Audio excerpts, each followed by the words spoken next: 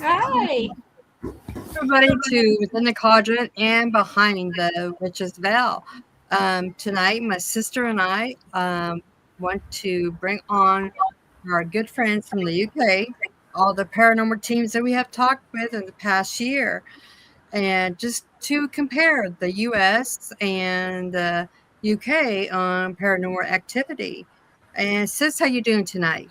Doing good. How about you? This is great to see all these faces. I love it. I know. It's great. Love you guys all. Old home week.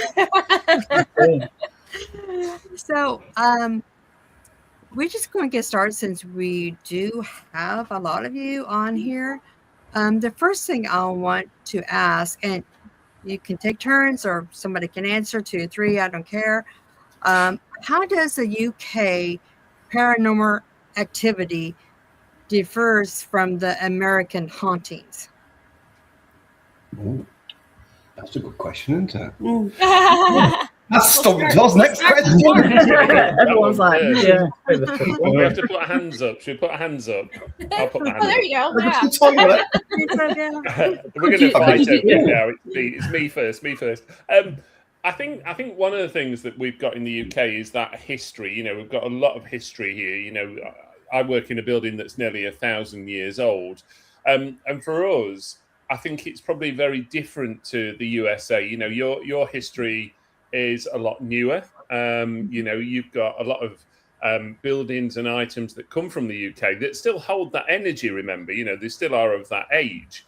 But I think for us, you know, when we go to places, and I mean, recently I've just been to Hever Castle, Hampton Court Palace, you know, the Tower of London, all them sort of buildings. And we just have a tremendous amount of history that's almost like clumped together very, very, very quickly. Right. You know, so no matter where we go as investigators, I have to say, I've never gone to a building and gone, actually, this is pretty flat. I've never picked anything up. You always find something, no matter where you go. And I mean, we recently, was it last weekend, the weekend before, we did an event at an old prison. But it wasn't that old. It only dated back to probably the 1940s, 50s. But we still got an element of activity there. Whereas, you know, we've been to older places, you know, Newstead Abbey, the Galleries of Justice, Nottingham Castle, you know, places that have got that 1,000-year history. And yeah, it'll happen. But sometimes I think there's a communication issue with them very often. Maybe they don't understand what we say. Maybe they don't listen to us. Maybe they can't read and write, you know, that element of knowledge. But I think certainly the difference for me is that our history is so dated and it's so vast in a way as well, and quite gruesome, must I add, some cases. Yeah, exactly. Yes, I agree completely. Wow. I suppose the density of area as well. I suppose with America, it might be a little bit more spread out across the country, where obviously we've got quite a mind map of places that we can go to in such a short distance.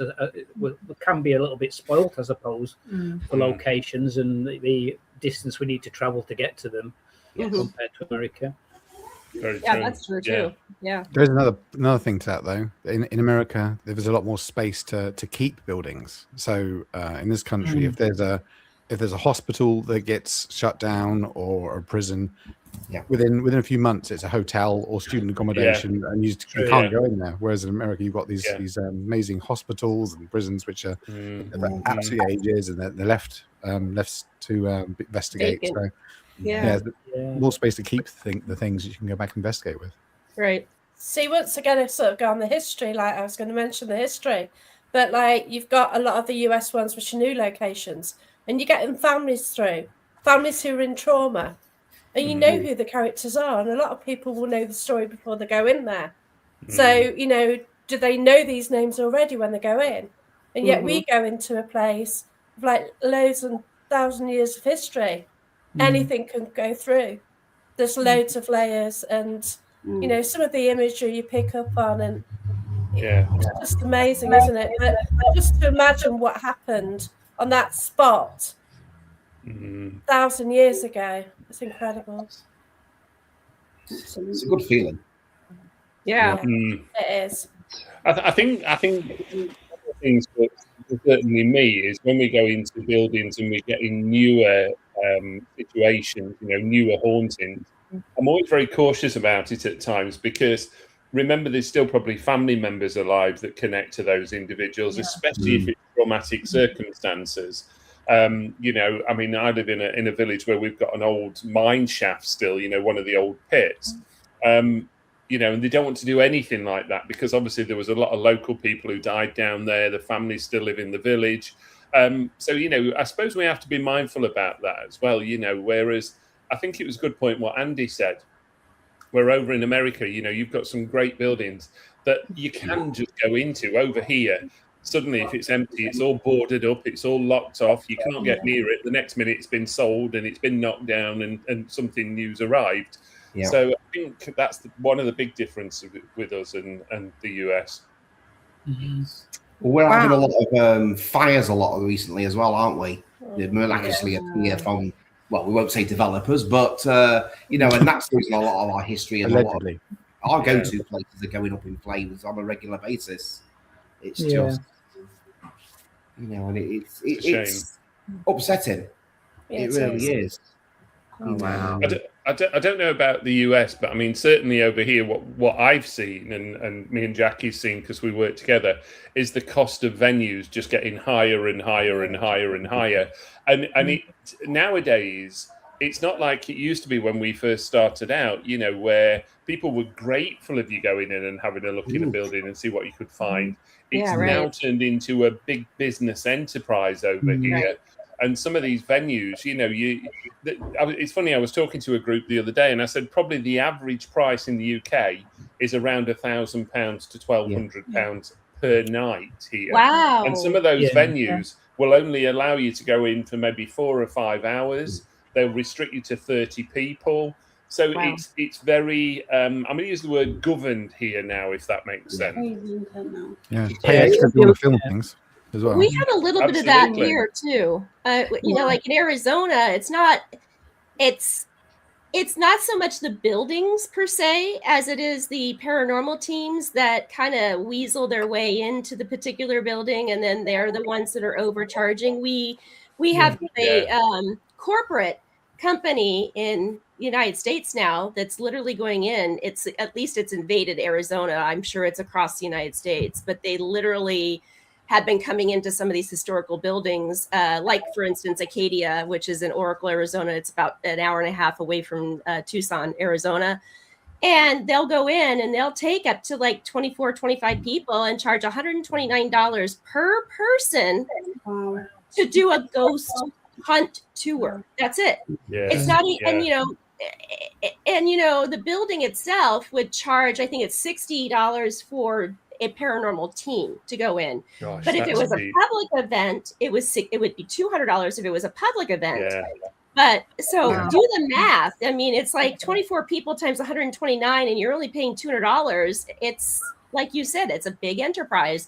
That money's not going back into the building at all. It's going into the pockets. Yeah.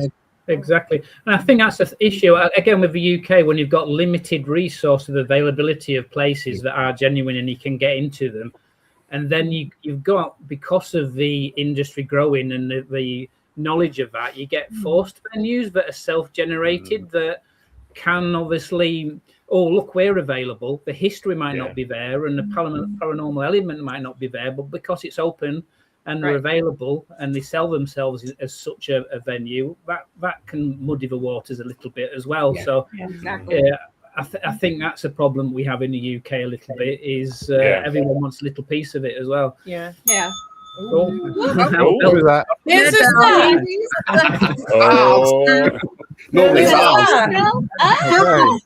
Oh wow! You know what that means? It means you're telling a lie. It means you're telling a lie. There we go again. Speaking of the dead bell, thank you, Andy Guy. He was the one who made the dead bell, and everybody's just like, that's what you hear. That's his person. So let me introduce everybody, because I forgot to do that. So Andy Guy, he's one I told you invented the dead bell, and And then we have Jacqueline Dixon, who is from the Paranormal Path. And we have Jamie and Ruth Campbell from the Paranormal Truth. Then we have Mark and Michelle from the Darkside Spirit Seekers. And then we have Barry John, all from different parts of the UK. Now, Jackie, you and John are pretty close to each other? Or? Yeah, we're in Nottinghamshire. Yeah. I think we're about 15 miles apart, so it's not far at all. Nice. Wow. So the first question was awesome. I didn't realize so much. Another question I have is, what location truly scared your team? Did you have any locations like your team is like, oh, hell no, I'm not going in there? Well, I'm okay. I've not been scared of a location yet. I think I'm probably more scared of the human factor if it's an open environment. So it's more what you class as urbex sort of exploration in the paranormal building. It's not knowing what the human element is in that building before you go in. But yeah, I'm not really sensed the presence of uneasiness if I know that it's a locked off safe environment. I get more excited about being in it rather than scared. I'm the one that gets nervous. I don't like the dark. I'm like Barry. We don't like the dark, do we, Barry? We stick together, don't we? We stick together. Yeah. The scary part on our investigations is Jamie, because he just pops up anywhere and he starts banging around. We'll be sat there in a nice sort of seance environment, and suddenly there's a big clatter through the door, and Jamie appears, carrying all his stuff, doesn't he? Well, he did say the human element, so he's human. There you go. Yeah, but I think that's a really interesting question because, I always say this, I'm one of the biggest wimps in the paranormal because I don't like the dark and I'm scared of being alone. So, I love it when somebody else goes in the room before me. And anybody that knows me know very tactfully, I always hold back and let somebody go ahead of me into the room first. Because I think if there's anybody in there, they're getting you before they're getting me. And I always say to people, the thing is with me, if I'm going to move, I'm a big guy. I'm 6'5" tall. Trust me, I will move over anybody to get out of a room. I don't care how tall, how small, how broad, or how wide you are. I will get over you very, very quickly. And it has happened to me, and people always laugh because I have been known, no disrespect to ladies, I will push a woman and a man, anybody out the way to get out of the room. I really will. But yeah, I think at times, people that I work with, Jackie, Ruth and Jamie, we've had some great fun, and especially when something does happen and you're thinking, was that bloody Jamie again, or did something really happen? And we almost have to debunk the team first of all to see where everybody is, and then we start analysing it and looking at it. But I mean, just lately, we've done some great venues that are totally unknown. They let's call them new venues, and we've had some wonderful activity. We really have things that I didn't expect to happen. I really didn't. Mm-hmm. Wow. Yeah. Wow. So I guess you can say that whoever goes on investigation with you, they just kind of give you lots of space. Yeah, absolutely. Yeah. I wondered what you were going to say then, Chrissy. Yeah. Just give me space. In fact, just shove me in a room on my own and leave me, because that's the safest thing with me. In the dark. Yeah. Boy, I want to go over. I got to go to the UK because you know what? I'm the first one in the building. They make me go in and do the walkthrough, first, and then get all my information. So it's like the lead investigator is behind me. Here, push the medium in. Let's see what you get. Yes. So I'm going to go to the UK. Barry is 6'5", and you're 5 foot. And I'm 5 foot. Actually, trust me. You're probably a similar height to Jackie then. I'm 5'3". Oh, I'm 5 foot, soaking wet. And then Ruth's really tall as well. So we've got a real mixture in our group. Our team are really tall apart from me. They're up there, and I just ignore them because like. But you know, I think to jump back to the question, I think I've certainly been to venues in my time, and it's always that unknown period or that unexpected period where you walk around a corner and you think, "Oh my God, what did I just walk into there?" Or you know, I've gone into a room on my own thinking, "Oh, there's nothing in here," and suddenly something's moved or fell over, or you know, a door slammed or something. And again, we always talk about this with our team where years ago, you know, any activity we used to get really excited about, whereas now people's expectations, you know, if we don't get a full manifestation of a lady in white wearing all the jewelry and, you know, telling you a name and an address, it's a rubbish night. But they forget when the K2's gone off, when the bell's gone off, when, I don't know, they've done table tipping or glass moving or Ouija boards, whatever. And I think the problem is over here is people see too many televised programs and think that's what's going to happen. As soon as I walk in a door, a chair's going to fly across the floor, you know, a picture's going to turn upside down. And it doesn't happen. It really doesn't happen like that. You know, I think, a lot of people, like, you know, when you tell them, "Oh, what do you do?" Well, in our spare time, we do paranormal investigations, and people are, "Oh my God, I bet that's so exciting." And it's like, well, actually, sometimes it can be very cold and very boring. Right. And nothing will happen. Exactly. And that's the reality, and that's how it should be, because that's real. Yeah, that's it. Right. The entertainment paranormal. That you sometimes see, it's like there's a lot of waiting around for just anything really, and sometimes you do get absolutely nothing, and that's normal. Yeah, exactly. Yeah, well, that's also in America too. We get that as well. You know, we call it paranormal entertainment because, you know, everything's a demon, and, you know, it's amazing that every single location has a demon, and somebody gets possessed, you know. But you see, I've seen that, and I'm sure some others have as well, where we've seen that rubbing off now on the UK. Because before we used to go into old an old castle, and you get various things, you know. But then suddenly now everybody wants, pardon how I say this, the gateway to hell or the portal to hell suddenly to open up and something come through it, you know. And investigations that I've done over the years with other people, where they've seen figures crawling on the ceiling and across the floor, and you know, then they start talking to me about almost like dwarfs and things like that, and I'm thinking, this is all a little bit balmy for me, putting it in simple terms. Vivid imagination. Absolutely. Yeah, I agree with you on that one. Yeah. Has anyone ever quit your team because they got too scared and like, "Oh, hell no, I'm not doing this. I'm out of here"? I bet. I think that you tend to get a lot of people talk about lone vigils. Apart, like, "Oh, we're going live tonight. Who do we pick out of our team that's going to go into the dark and sit in the room on their own?" And I think that happens a lot. And it's normally the person that doesn't want to go in that room that gets volunteered, where the person that's putting their hands up and say, pick me, never gets chosen. I think there's that element where, again, I think it's like the ones that are unsure and nervous normally get to be selected to go in, sit in the dark by themselves. That's correct. It's part of the entertainment of the team as well as everybody else. Baptism through fire. Absolutely. Mark, I'm sorry. I think you was going to say something right before I was asking other questions. I was saying, obviously, when we was going on about the expectations and all the programs that we say we don't watch, but we do watch.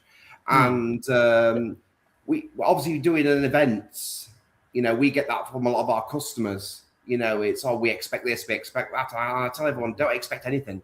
You know, we've been 8 to 9 hours with absolutely nothing happening, bored, sticking to comedy and Pro Plus and Monster to keep us awake. And it says, and then another location you go to, after 5 minutes, World War III started. So that is the problem with like Helmer House is Haunted and TV programs like that. You know, everything's, like you say, demonic. Everything's got an imp there. Everything's got something moving across the screen at full force. You know, and I'd love to see all of that. I really would, but it just doesn't happen. And you can't, trying to convey that to your customers that are paid to come to probably get scared, you know, and trying to get that across to them, it's very difficult to watch these programs. Right. Yeah. It's true. I agree with that. And also, I do know think location. I do know where a location where they did have creatures running around, and I'd heard about it frequently. And then one time I went with a medium, and he like put his feet on the floor and he lifted them up, going, "What are they crawling around?" So I'd heard about them because other people had picked them up, but to actually see somebody freaking out because of seeing it, and then when he described it, it matched what the others had said. So that was haunted antiques. I think I know what you mean. Yeah. I've seen some interesting things there. But I think also, you know, it's like equipment nowadays, isn't it? You know, let's go back. You know, if we went back years ago, and we spoke about this when we did the podcast before. Right. I was happy sat in a room in the dark, just chatting away, you know, talking, and you'd wait for something to happen. And then suddenly we started to get things like simple equipment like K2s, EMF meters. Right. You know, we started playing around with general things, coins, flicking coins, or rolling marbles, or putting them in some flour on the floor.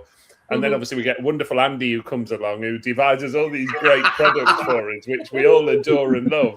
Yeah, absolutely. God, I tell you, my bell is my best friend now. It really is. Ace. I love the environment. It's mine too. I take it with me on investigations now. Do you know what, Mark? When all these guys had got them and I hadn't got one, I was the mardiest medium in the world because I wanted a bell, and I made sure I was getting a bell.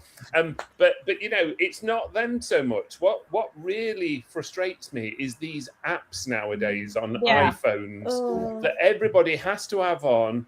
You can't, pardon the expression, you can't tell a blooming word what they're saying. No. And they'll come out with something and go, "Did you hear that?" And I'll go, "Well, what did you hear?" And they come out with this full sentence, and I think, I never heard a thing. I really didn't. It's like audio pareidolia, isn't it, really? It's like the first person to say something quickly is what everybody else is meant to have heard and stick with. And I think it is difficult. And I think, it is another talking point in the UK. We see it on all Facebook, TikTok. Yeah. Everyone's got an opinion, and it's really difficult to stay quiet, stick in your own lane without sort of biting your tongue and thinking that I'd like to say a little bit more, but you don't.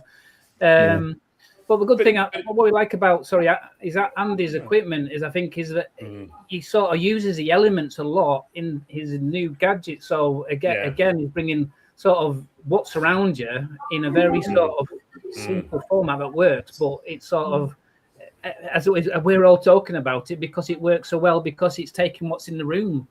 Rather than absolutely bringing you know. Well, it's a bit like it was a bit like on was it Saturday when we did Friday when we did Wath, wasn't it? And we used the Hartley method. And I'd said to Ruth, me and Ruth were sat there, and I said, I've got to do this myself. I've got to have a go at this to see how this works for me. And I was happy doing it, and some weird things come out that they were all taking the mickey out of me for, as they always do. But you know, I'm glad that I did it, because I can honestly I can put my hand up and go, do you know what? I know how I felt when I was doing that. Whereas I think when you don't have a go, you can't comment on it. You can't say, well, that does work or it doesn't work until you're in it. You've got to be in it to try it. And even from that now, we've sort of learned about how we can evolve it and work with it to get sort of better with the experiments we're going to do further forward in other sessions. And I think Friday. Exactly. Friday, so I think it grows, and I think with everything, an idea which got spawned by obviously FX and went to Andy and produced the kit and moved on from there. It sort of grows, and then people pick up on it, and then thinking, "This is good. Let's just do something else with it." But that's the good thing about it, is like that type of technology, using the human body, aren't you? You're using your own senses again with a little bit of technology. And that's the connection between the two, which seems to work really well. As a group it's trying to not make you investigate with a piece of equipment. My goal is always to give you some extra senses that you don't necessarily have, or back up things that you're feeling, as opposed to telling you random sentences and words, which then just kind of skew the investigation and make people go down a path. Which, if I was trying to communicate with those people who were trying to speak to me, and they would just focus on this app that was telling them all this dark, nasty stuff, and I'm just there trying to tell them about the place I really like, and I'll get frustrated. I'll give up. I'll just wander off and then see if anyone else is want to talk. Yeah, exactly. Yeah. Swear at you now, don't they, these apps? It's a fine balance, though, isn't it, as well? Because obviously you are the best piece of equipment there is. Your senses are the best equipment to have. But having the equipment to also corroborate what you're sensing or feeling, it is a fine balance, isn't it, to use both, I think. And that what makes a good team, as far as I'm concerned. Yeah, I agree with that one. Yeah, absolutely. So here's a question we go back just a little bit here because we were talking about, paranormal entertainment. So I'm curious to know what you guys feel would be the most believable paranormal TV show that's out there now. Do you guys feel that there's one that maybe is? What, in this country? Don't watch any. Most haunted. It's not on TV, but I like you. the Supernatural UK show, the YouTube one. What's it called again, Andy? I'm sorry. The Supernatural UK. It's got a lot of people we know. Oh yeah, I need to watch that. Yeah, that's really and I will good be soon. Because Gosh, I'm gonna write it down. It's you see the kind of the boring bits of a night, but when something happens, they show it in a way which, to me, whenever you watch some stuff, like even like a movie about ghosts, you keep going, oh, that doesn't seem right, or that's a bit much. But with that show, it isn't, and they're really focusing when something does happen and try to debunk it. So it's a good one. That the other one I found is Uncanny, which has come out quite recently. Which is pretty good because they have like a medium, or they have a believer, they have a skeptic. They look at both sides. They take the case on from the person that's experienced it. Obviously, deal with it with respect, and then get both points of view. So we don't leave to say yes or no. No, it's fake or it's genuine. It's up to make your own. Yeah, but they leave it up to the audience watching which way you sway towards it. But I think they give it a fair, even sort of review of what they've experienced, of a person's experience that's obviously telling the tale. It's Danny Robbins that does that, isn't it? And I think that's the one I've sort of like listened to his podcasts and listened to the shows, and I think it's quite genuine in respect to the paranormal compared to other ones. Is it? No, it seems to be a good one, that one. Yeah, it is good. They say his lives are good as well. Yeah, when you go watch it and go to the lives, they're very good. He's a good storyteller, though, isn't he? He is. He gets so engrossed. It's fantastic.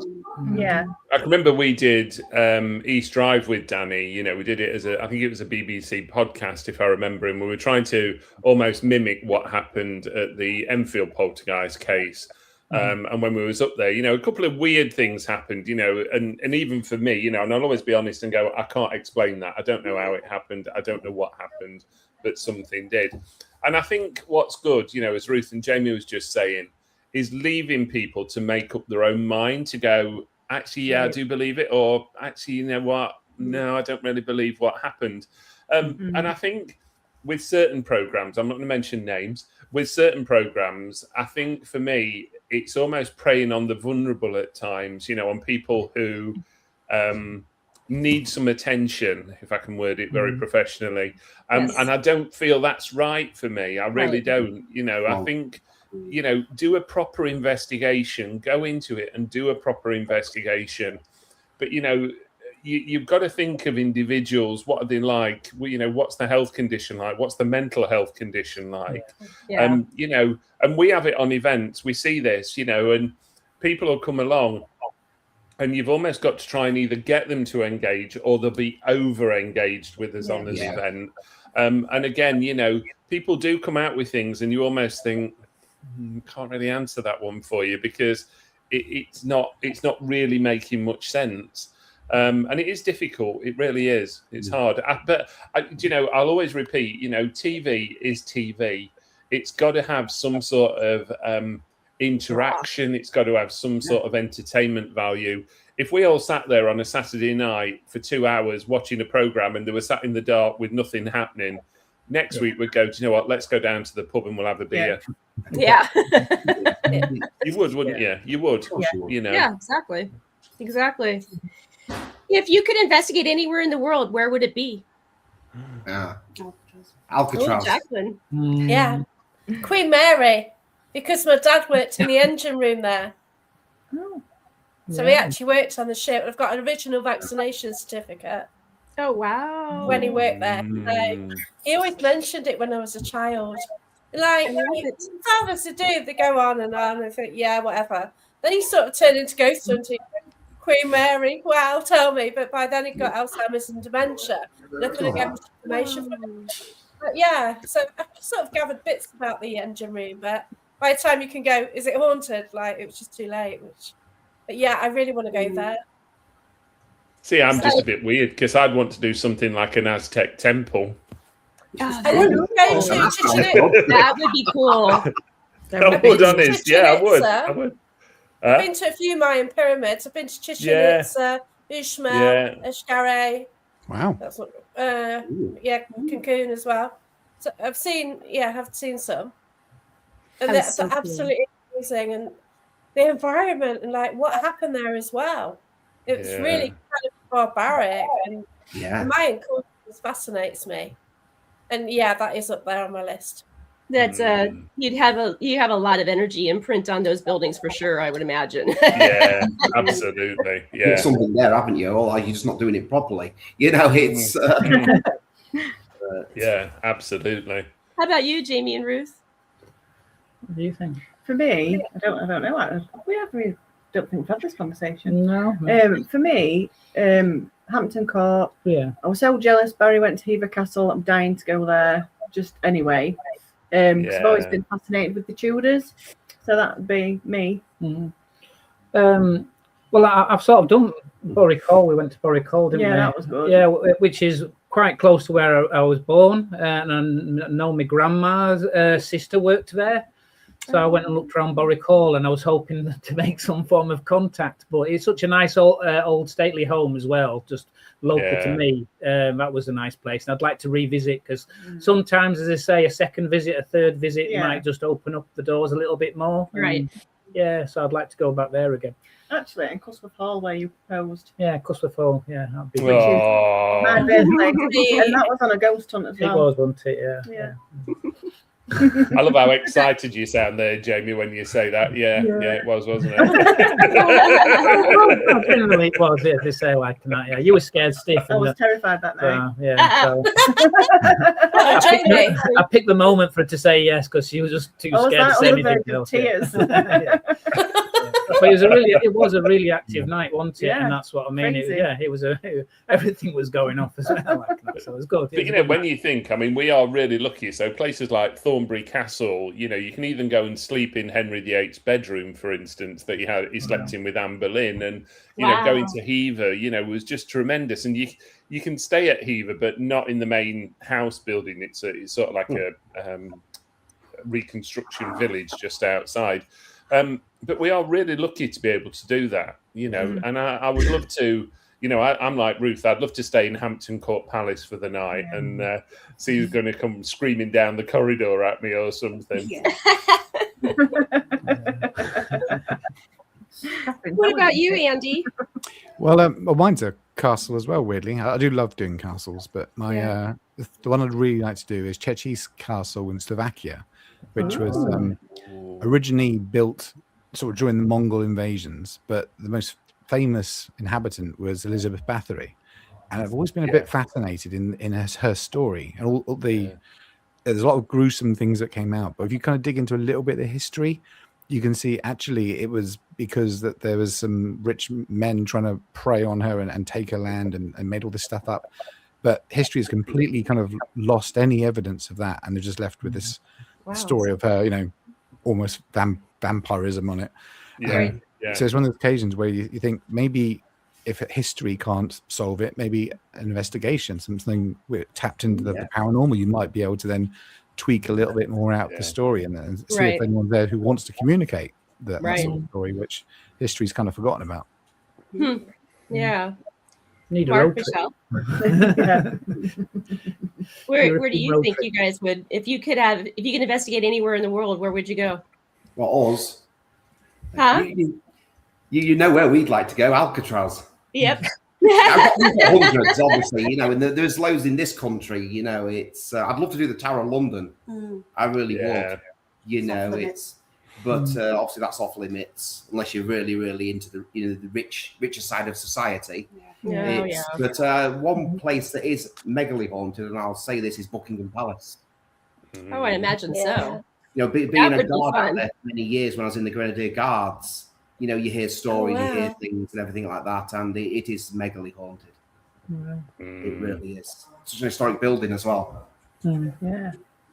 Is there a location that you would never return to by chance? I mean, now let's take the flip side of it. Is there any locations that you guys would choose never to go back again? Yeah. Jacqueline. Somewhere close to Mark and Michelle. Not sure about the backstory, basically. Also, the specific night we went, I think it'd been raining for like 2 weeks solidly. And the rain was seeking through the roof, through the ceiling, and through the fuse box. So we started investigating, then realised how bad it was. And at 12 p.m, that was it. We had to leave. And I booked an all-nighter there. So I was kind of stranded in Hull. And it was a bit of a nightmare, that was. And it was like 80 miles from home. Well, what do? You've got to get a hotel, haven't you? So I wasn't driving home. Right. Yeah. Yeah, exactly. so awkward. Wow. Yeah. What about you guys, Jamie and Ruth? Well, for me, it was probably a similar health and safety aspect to it. We went to what was a potentially an orphanage, wasn't it? Oh, yeah. Yeah, in Rotherham Way. Yeah. Yeah, so it was a bit of an urbex exploring experience. So we went into the building via a fire escape through an upstairs window. Only way as you do. Really rickety, metal staircase. Windows had been sort of smashed, but the downstairs windows were all sealed up. There was lots of evidence of pigeons sort of living there. And we spent an evening in there, and then we sort of realised there was only one way out over a period of time, and it sort of started to make us feel a little bit uneasy. If anything would occur, anybody would walk in. Oh, so it was just one of those where it wasn't the paranormal side, because we did again seem to get a little bit of evidence going off at one point, which we're excited about. It's just the fact that it was that other element which we felt unsafe. I wouldn't go back into there. It was more of a health and safety aspect more than anything else on my part. Right. I agree with that. There's a lot over here that's dangerous buildings. As an urban explorer myself, I've done it for many years. And I've had so many near-death experiences falling through floors and everything. It's just It's not to do it worth at night time. I wouldn't even dream of doing it. So during the daytime, it's bad enough. And like I say, it's the human element as well. I'd agree with that, Mark. I mean, we recently did a place, and I have to be honest. I don't know whether we'd return to it because. Not from a health and safety perspective, but from a hygiene perspective, it was terrible. It really was. And, I'm sorry, it really put a downer on things for me, when the guests hadn't got somewhere to go and sit that was clean, you couldn't make a drink, or it was just silly things. And I just thought nothing to do with the haunting of it, nothing to do with the paranormal side. It was all you've done is you've just got as many people in here as possible. And it's not really ideal. Yeah. It's a shame. It was embarrassing, wasn't it? For when the guests arrived, it's I'll go one bit like that. Has anyone ever done Drakelow tunnels before? Yes, I loved it. It's a fascinating place. It was like a shadow factory for World War II, building all the planes and things. Miles of tunnels. But if you go there and you look down some of the tunnels, you think, there's snow. The entire tunnel is covered with snow. And then you go another room, and it's like, this room is hairy and black. And it was just every room and tunnel had a different sort of mold in it. And you think, oh, wow. I'm reading a lot of this in. Yeah. I think the worst thing as well, the ladies' toilets. So half of them were smashed, and the toilet paper was wet through because it was damp. Oh, so it's like left in there, and then you don't know if it's mold as well, do you? Because obviously it's dark. You're trying to balance your touch, you're not going to put it anywhere, and then that was horrible. But wet toilet paper, nice, lovely. I miss it. I so miss it though. Yeah, we. It was an incredible location. You missed the wet toilet paper? Oh wait, no. Yeah. And hairy tunnels. I think like four tunnels, cubicles, but I think 2 were smashed and one were like ropey, and the other was even worse. And it's like, Oh my god.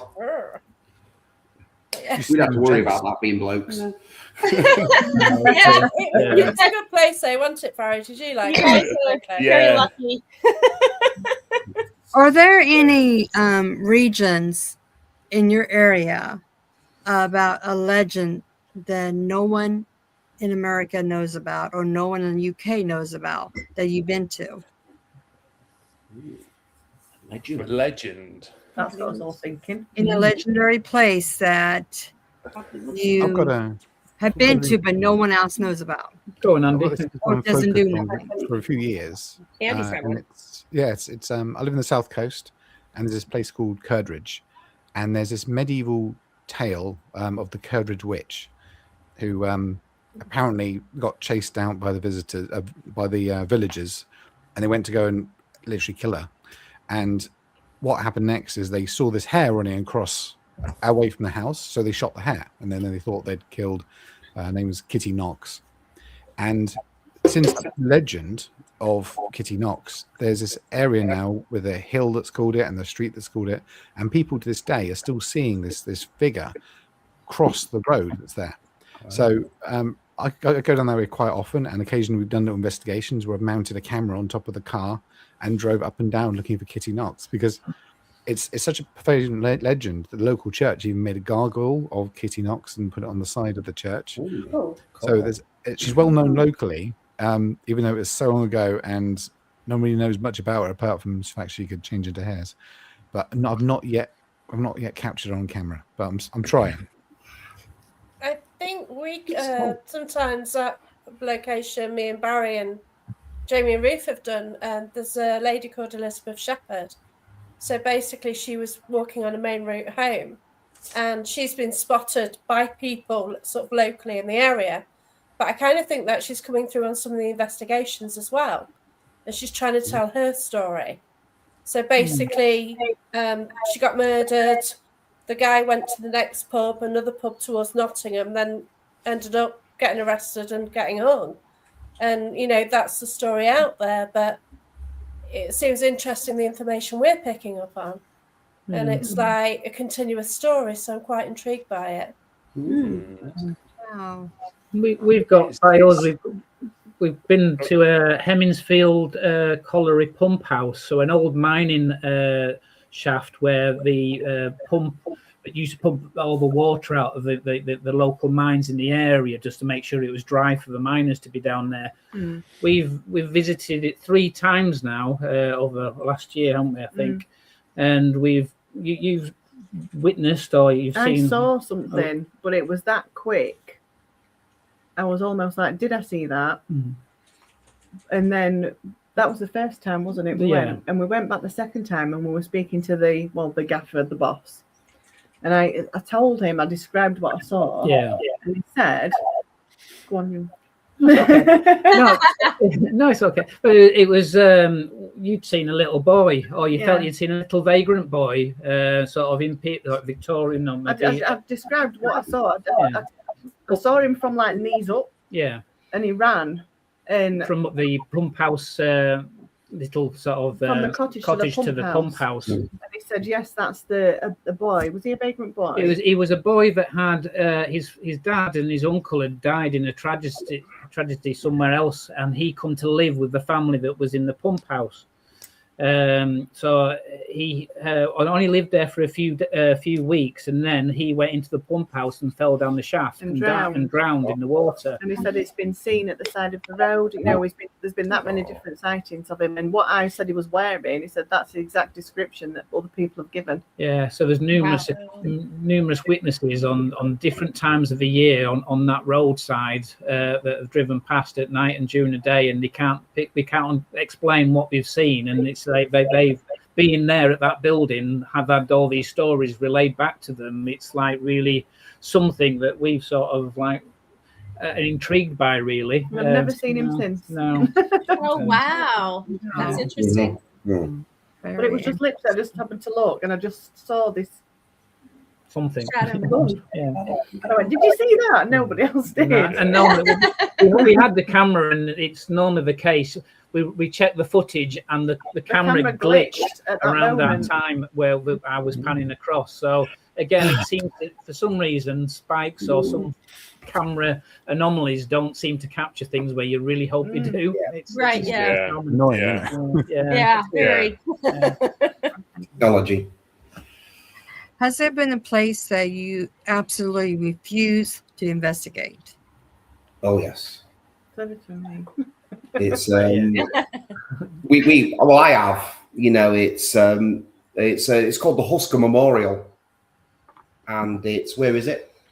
Barnsley. Barnsley. Oh, that's where we're from. It's it was when children was down mines and everything like that, and there was these children and some adults were down this day shaft, and they had the biggest storm of 100 odd years, and it flooded the day shaft, and it killed over, was it 26 children? Yeah. And we didn't, obviously, I didn't want to go. Michelle said, "I'll take you to this because I've never been before."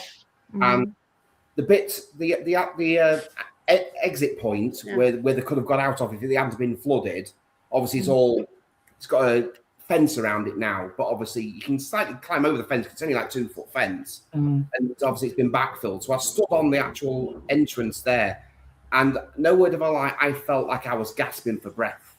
Wow. You know, I was pounding. It was really, and I have never been tearful so much in my entire life. I had to leave the emotion. 5 minutes. I was in tears.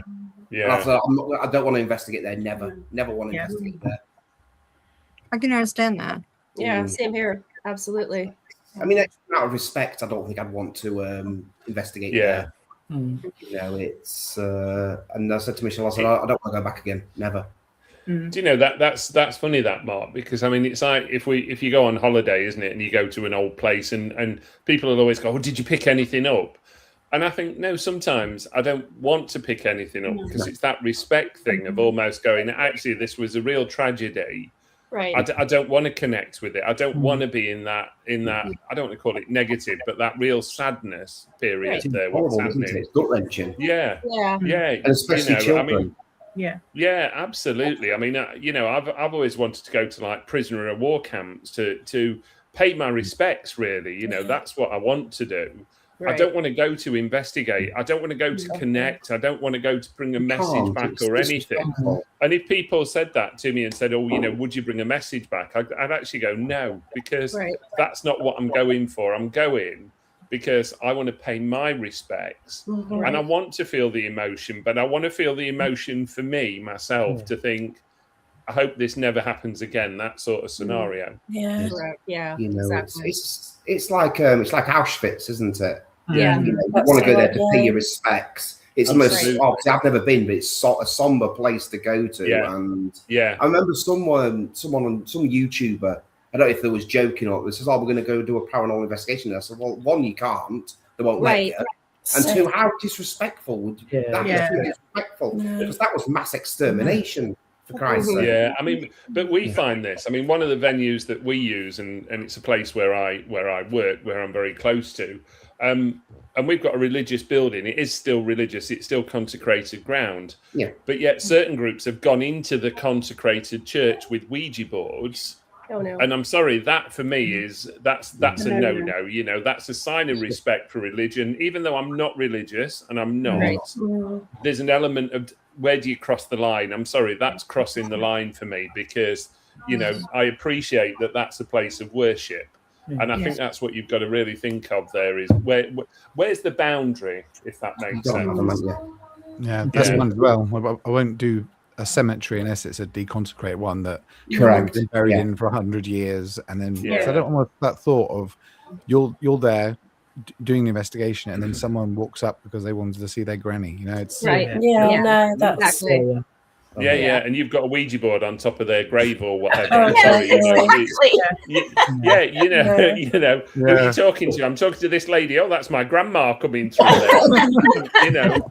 Yeah. But you know, I mean, it's bizarre, isn't it? You know, things that happen to us personally, and I've had things happen to me personally, and I openly tell people, you know, I don't want to call it privilege, but I'm privileged to work where I work in a nice way, in a very old building, you know, with some wonderful history.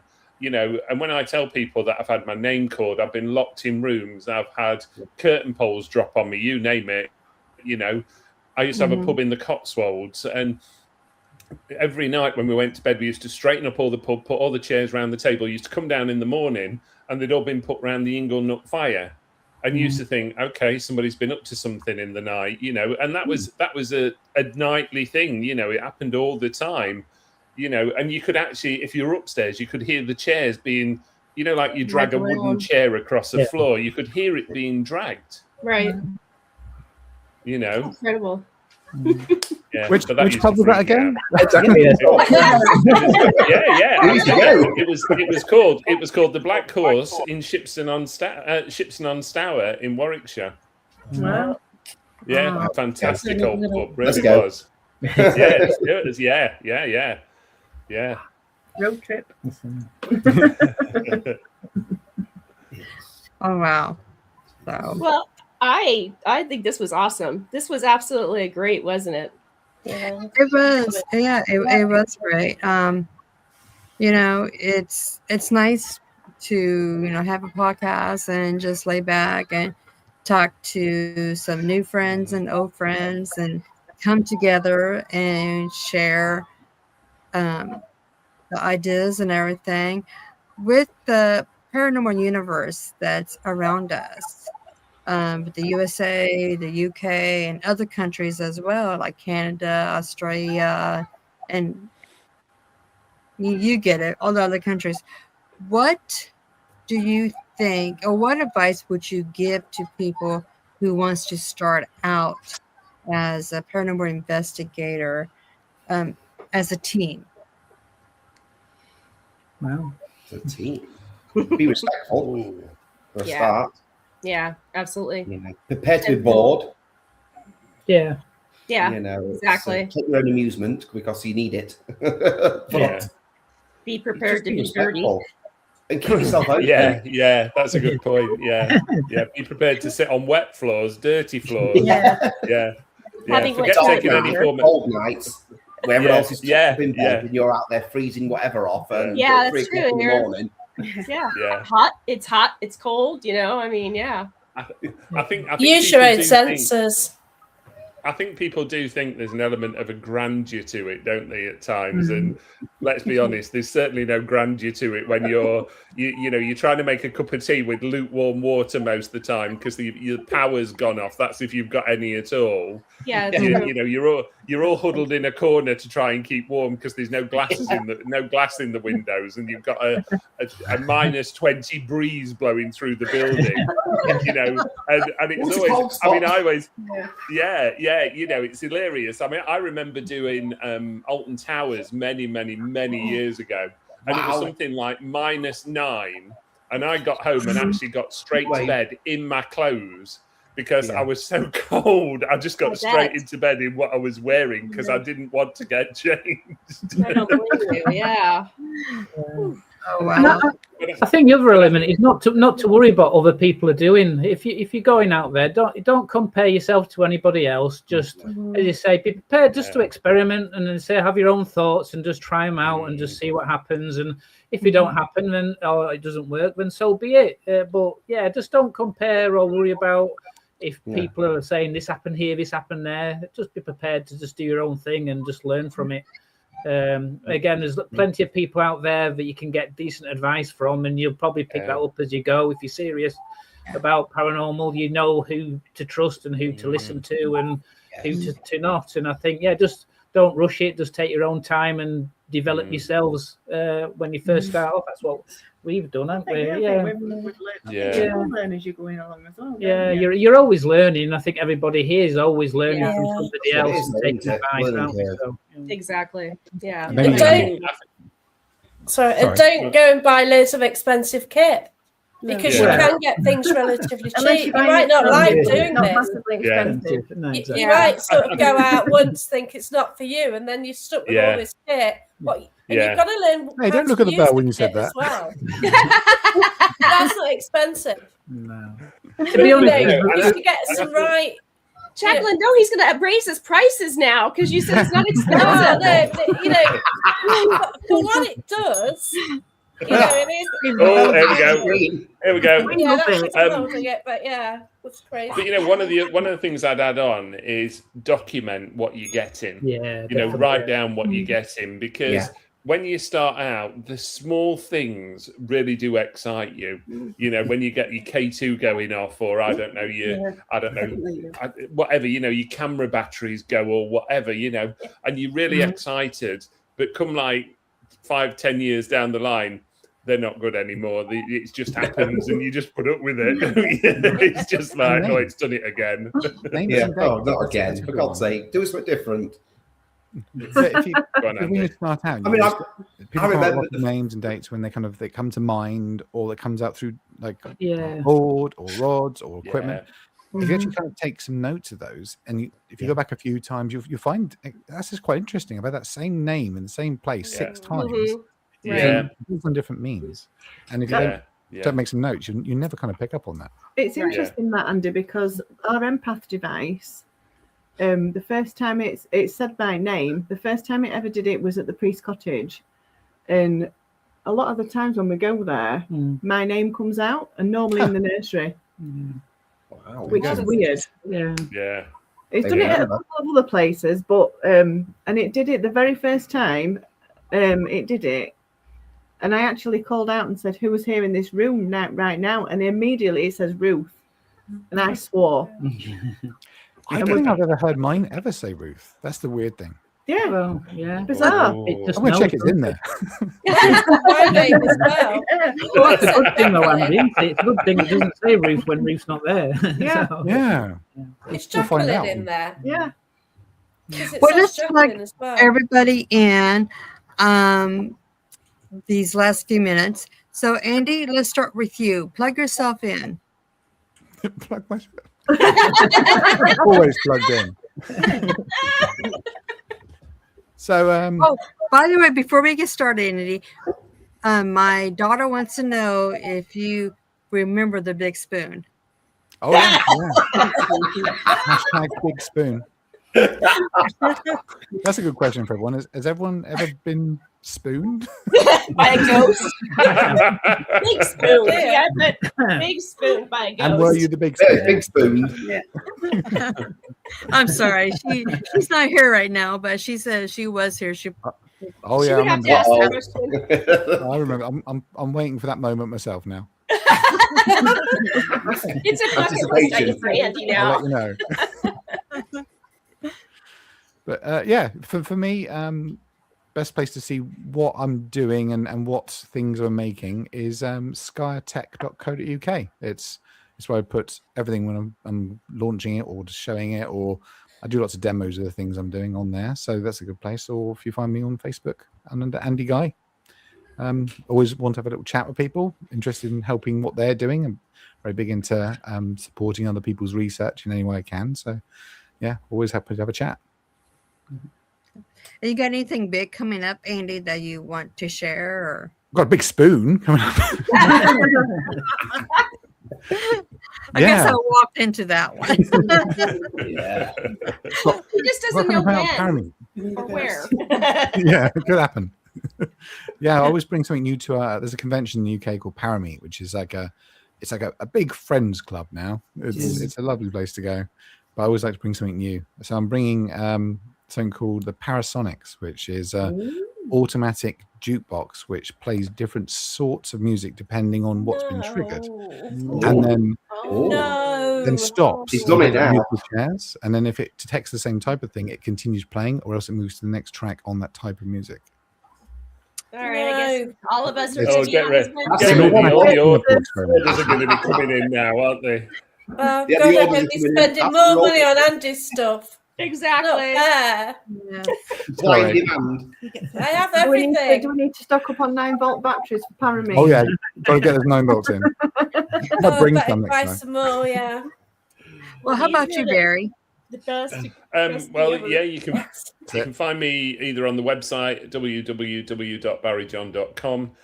Find us on Facebook. Look for Barry John International Psychic Medium. Have a look for Ghost Hunt with Barry John and the Paranormal Team. You'll find us all over. Just put Barry John in and you'll find it. But I mean, a bit like Andy, we'll be at the Parameet in Hinckley. It is a great, great family relationship now, what we've all built up.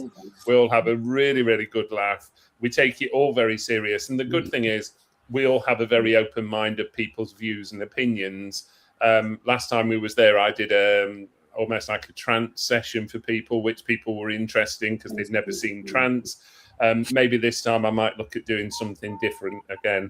But, you know, you can find us all over. But again, like Andy, you know, we're always happy to support, help people. If somebody wants to ask some advice about, you know, ghost hunting, about mediumship development, whatever, just get in touch with us.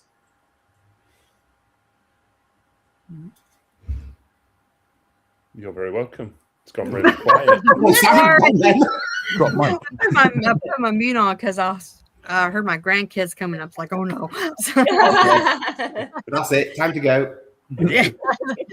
How about you, Jacqueline? Right, so I've got a group and a page on Facebook called Paranormal Path. I've also got my YouTube account, which I've said hello on there. It's Paranormal Path -1. That's what it says. A picture of Whitby Abbey on there. I am also on Ghost Hunts with Barry John and team because I do them with Barry and the team, so that's great. I'm actually a speaker at a paranormal charity paranormal event in Nottingham. That's on the 11th of July. That's Paranormal Penny Pinchers. Yes. So I'm actually running a court event, really, just to try and get spirit in and stuff. Sitting in the judge's chair to see what will happen, which is quite interesting there. Also, in September, it's the Spook and Spirit Fest where I'm a speaker there. So looking forward to that. Once again, that they collect for charity as well, don't they? So You do, yeah. Yeah. So got quite a lot lined up, and I have got a book to publish one day, but yeah, I've been saying that for years. I've written it. Oh, we need to write I have 69,000 words. Yeah. But it just kind of stuck. But yeah. Does it have It's got a pictures as forward well? by Barry John as well. He might have changed his mind now. No, I'll do it. I don't mind. No, I've got it. He wrote it. But yeah. Jamie and Ruth, what is coming up with Paranormal Truth, and how can everybody find you? Oh, okay. Well, we're on all main sort of like TikTok, Facebook, YouTube, Instagram. We're not as active this year as we normally would be. We're sort of picking our sort of activities. We're doing a lot of like team events with Barry and Jackie. We do sort of spontaneous pop-ups as well, where we're sort of doing a few things when we can. I think we're at a local place later this week. We might pop to. Yeah, we've got a few things happening in the background. Yeah. We're also in September. We're involved in the Spook and Spirit Fest. We're on sort of like the team for that as well. Yeah, the organisational team. So yeah, that's it really. Yeah, I've got a few things in the background which I'm working on. Yeah, Jamie's working as on well. something exciting. Well, yeah, which hopefully it'll develop over time, paranormal based. So obviously I can hopefully put that forward a little bit more as I get closer to the launch dates and things. And I've got a couple of ideas. One I might have to talk to you, Andy, down at Parameet, just to see your point of view on it, sort of thing. But okay, yeah, and something else that we're hopefully testing out with friends. Yeah, but yeah, so a little bit watch this space and see where it leads to. But yeah, we're available on all sort of channels, aren't we? So yeah, that's us. Excellent.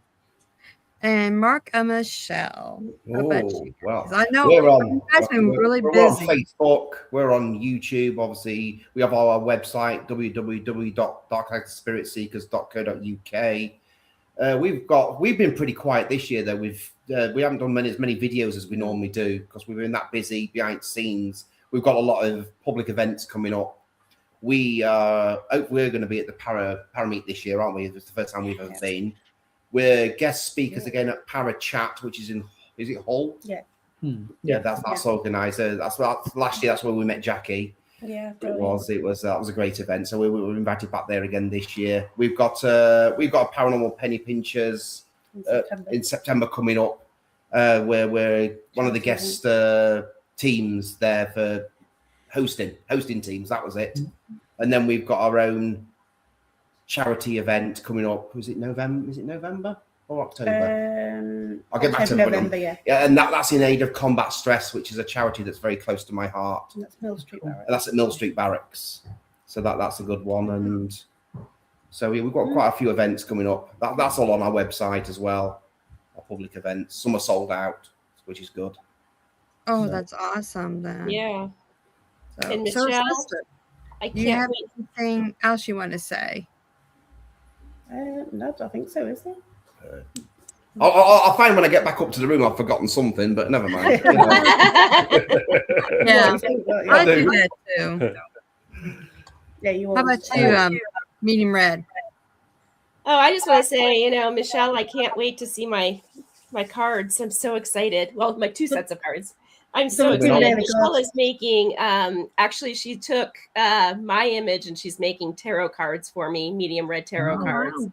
And she's also, my girlfriend's into tarot cards. So I'm having her do her pet as a tarot card. So Michelle is very good. talented, let me tell She's you. very good. She's very She is awesome. Yeah. graphic designer. Yeah. They're coming She's along helped really well. Chrissy too with, within the cauldron and stuff like that as well. So it's Pleasure. pretty cool. Yeah. Always a She's pleasure. my go-to person. Yeah. If you need I'm anything. mine. Yeah. She's Touche. Well, it has been such a wonderful podcast.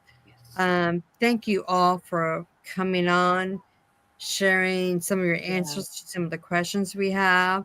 Thank you for sharing yourself, especially taking the time out. I know it's like 8 o'clock over there, 8:15. Yeah. Probably going on. So you guys were like, I'm ready to go to bed. So I just want to say thank you again.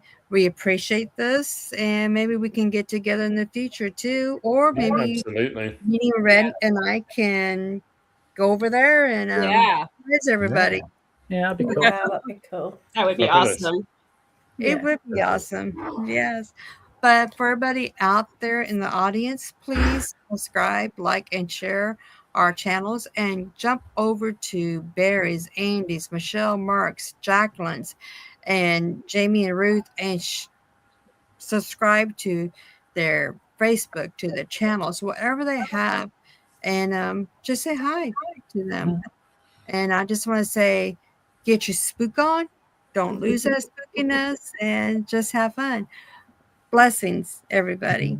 Yeah, thanks very much. Thank Yeah. you. Thanks, everyone. Take care. Nice. Bye-bye. Cheers. Bye. Bye, guys. Bye.